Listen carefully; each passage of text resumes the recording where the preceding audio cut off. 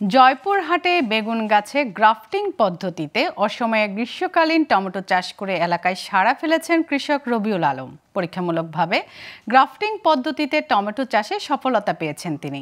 এই পদ্ধতিতে কীটনাশক খরচ সাশ্রয় হয়, ফলে উৎপাদন হচ্ছে বিষমুক্ত সবজি। বাগানটি দেখতে প্রতিদিন ভিড় করছেন স্থানীয় কৃষকরা।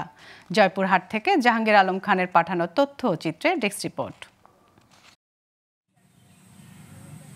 জয়পুরহাটের পাঁচবিবি উপজেলা সদর থেকে ৫ কিলোমিটার দূরে দহতপুর গ্রাম। সেখানে ১০% জমিতে বেগুন চারার গোড়ার অংশের সাথে টমেটোর চারার উপরের অংশ জোড়া দিয়ে গ্রাফটিং পদ্ধতিতে বাড়ি ৮ জাতের টমেটো চাষ করেন কৃষক রবিউল। এভাবে লাগানো টমেটো চারা বড় হয়ে ঢলে পড়ে না, রোগবালাইও তেমন হয় না।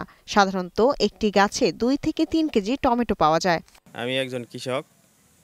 আমি কোনোদিন জানতাম না যে এই বেগুনের সঙ্গে টমেটোর কলম করা যায়। কৃষি খাতে আধুনিক বিজ্ঞানের ছোঁয়া লেগে বর্তমান আমাদের কৃষকেরা অনেক উপকৃত এবং আমার মামা নিজেই তার প্রমাণ।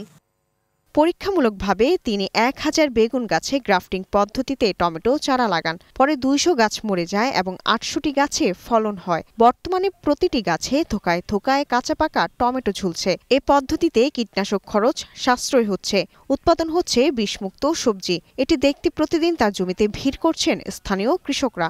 আমি আম বাগানের খেতে এসে দেখি আম বাগান খুব সুন্দর।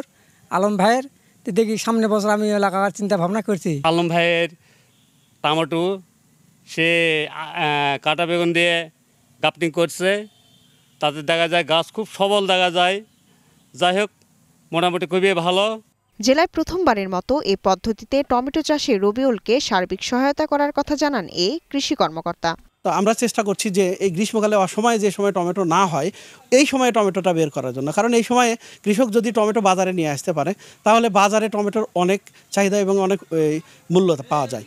এ পদ্ধতিতে বিষমুক্ত টমেটো চাষে কৃষকরা যেমনটা লাভবান হচ্ছেন, আগামী বছর ব্যাপক পরিসরে এই টমেটো আবাদের পরিকল্পনা করছেন স্থানীয় কৃষকরা। Global television news desk.